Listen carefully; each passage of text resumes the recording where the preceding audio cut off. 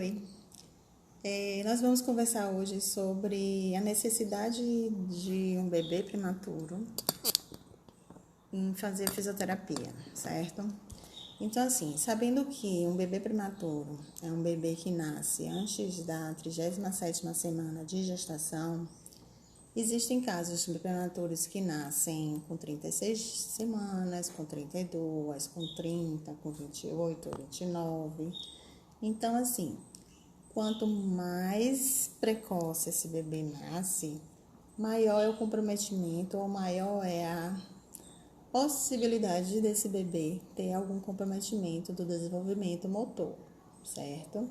Então, assim, quando existem casos extremos que esse bebê nasce pelo menos até 32 semanas, 30 semanas, realmente, assim, é necessário o acompanhamento da fisioterapia para que esse bebê consiga ter um desenvolvimento mais adequado possível, para que ele consiga fazer os movimentos assim de forma harmônica, com força, funcional e não tenha nenhuma alteração motora mais à frente.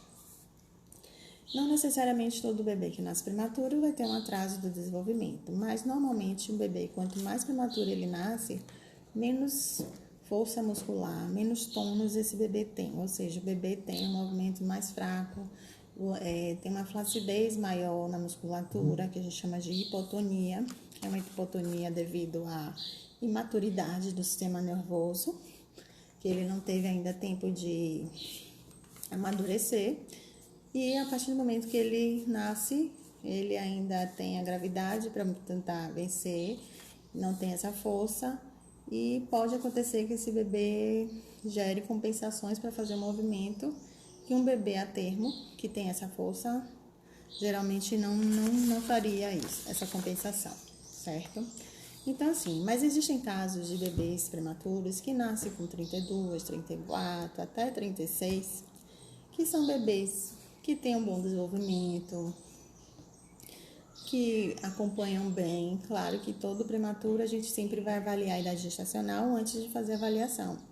E aí a idade corrigida, que é a forma que é a base para a gente fazer essa avaliação. Então, geralmente o bebê tem um desenvolvimento mais tranquilo, quando ele é mais tardio. Porém, existem algumas compensações, alguma dificuldade em estimular esse bebê. E aí, pelo fato de ter um histórico de prematuridade, às vezes esse bebê ficou um tempo internado, pode ter usado ventilação mecânica. Então, todos esses fatores são potenciais de algum risco, de alguma patologia. Então, normalmente essas patologias, esses atrasos se revelam no movimento do bebê. Então, se você é acompanhada durante esse período mais crítico, que é o período dos 12 primeiros meses, que a criança sai da total dependência para começar a andar, começar a explorar o ambiente de forma independente, e nesse tempo que a gente está assim, remodelando a estrutura neural, remodelando a estrutura óssea muscular desse bebê.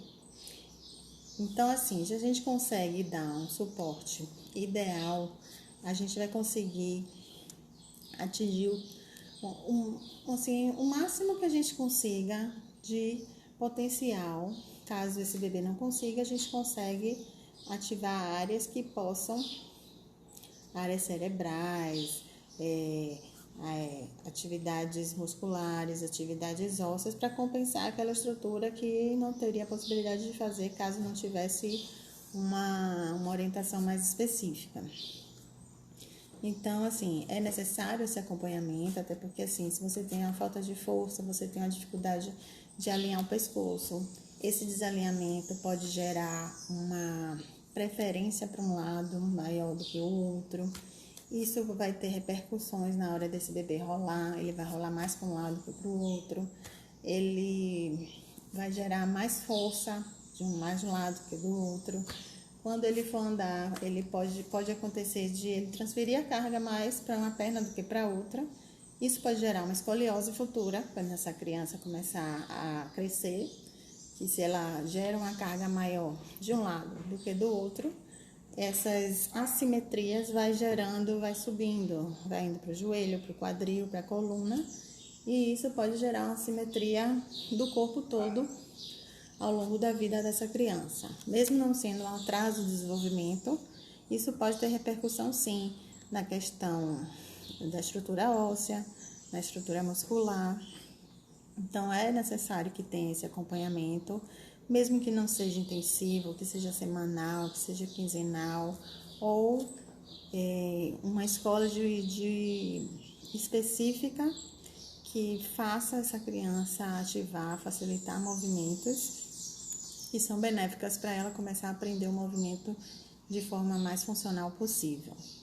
Quando se fala em natação, em atividades repetitivas, a gente se pergunta assim: é bom fazer atividade física como natação para o bebê? Sim, porém, o estímulo da natação, esse bebê ele vai estar nadando, vai estar em movimento, porém são movimentos repetitivos, movimentos que ele faz em defesa para vencer a resistência da água, e é super bem aceito e tem benefícios muito bons para as crianças. Porém, o que eu estou falando aqui são exercícios que fazem o bebê aprender um movimento que ele está programado para ser executado, como o sentar de forma funcional, o rolar, o andar, o engatinhar. Claro que esse bebê que faz uma atividade física, ele tem uma possibilidade melhor de executar esses movimentos, porque ele vai ter força muscular, porém o movimento ainda não está elaborado, o aprendizado do movimento ainda não foi gerado. Então, quando eu digo dessa facilitação, são exercícios específicos, dependendo da idade da criança, dependendo do seu histórico, dependendo do tônus muscular que esse bebê tem, que vão ser feitos exercícios específicos e direcionados para cada criança, de acordo com a sua história, de acordo com a sua avaliação, certo?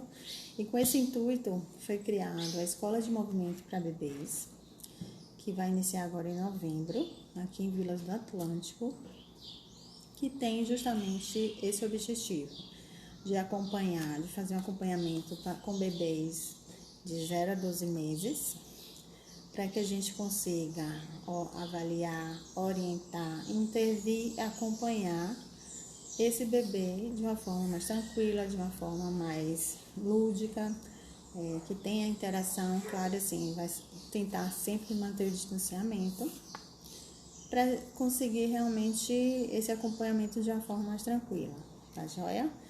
Se você tiver interesse, tem um link aqui na bio do Instagram, que é o agendamento para poder fazer essa aula experimental. É preciso ser agendado, tá joia? Um grande abraço.